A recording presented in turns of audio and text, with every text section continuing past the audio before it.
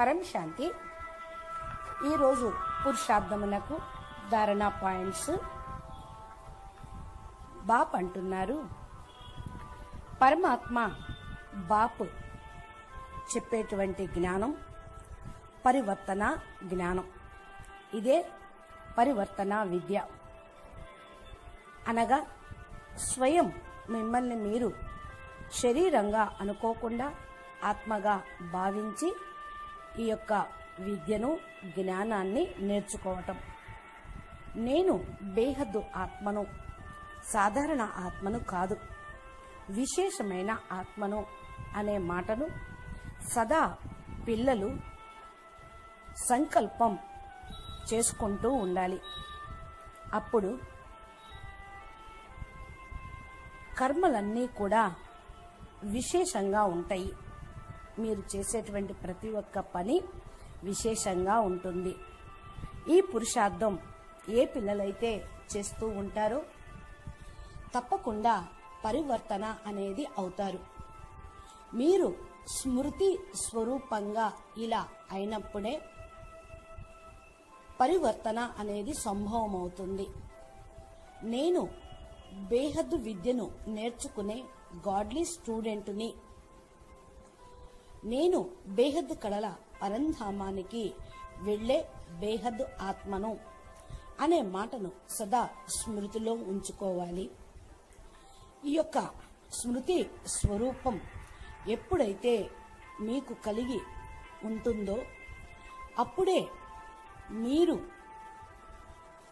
పరివర్తన అవుతారు, భారీగా కారు. పాత సంస్కారాలు భలే మీ ఎదురుగా వచ్చినప్పటికీ వాటిని మనసులోనే ఖతం చేసుకుంటూ హల్కాగా ఉంటారు. వాక్కు దాకా కర్మలోకి కూడా రానివ్వరు. ఇలా కాకుండా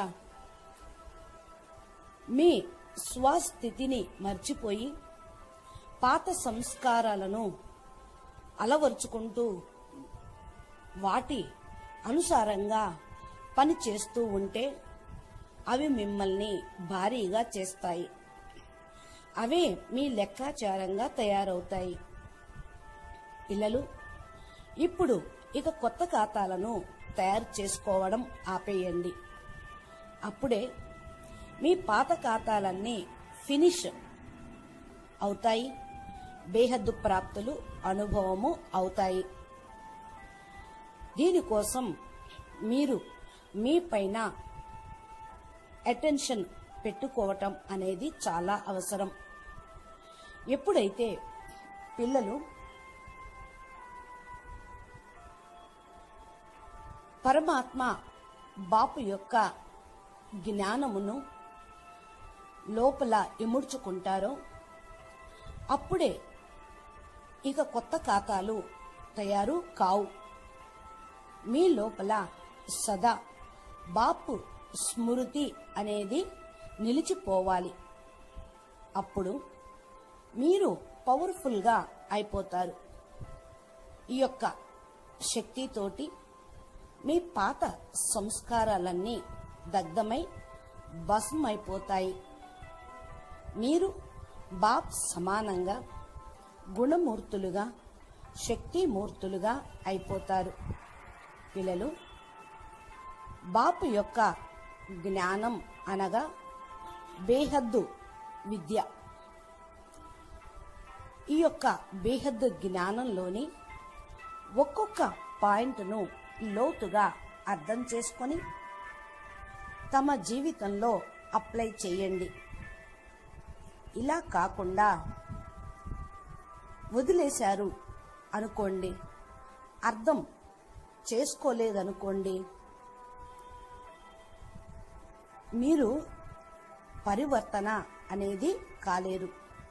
అంత తేలిగ్గా వదిలేయకండి.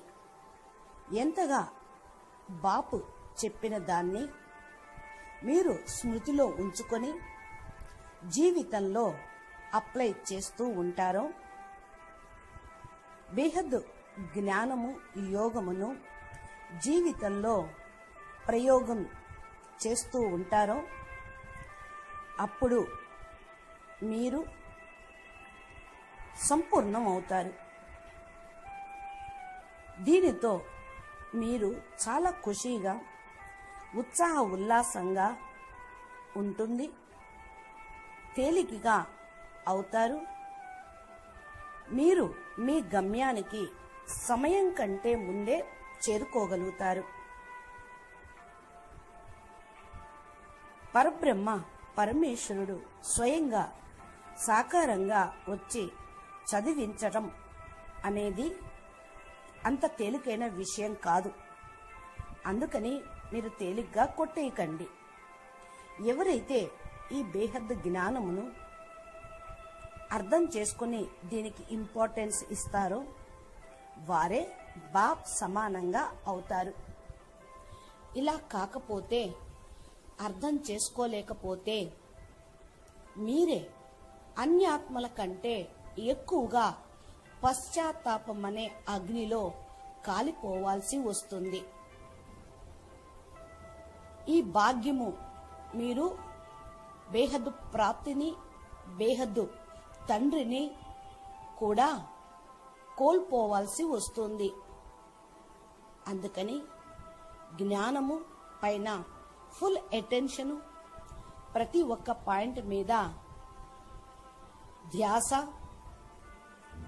పెట్టి మిమ్మల్ని మీరు తెలుసుకొని స్వస్మృతిలో స్మృతి స్వరూపులుగా అయ్యి ప్రతి ఒక్క సెకండు తేలికగా ఉండటానికి, అన్నిటినీ మార్చుకోవటానికి పురుషార్థం చెయ్యండి.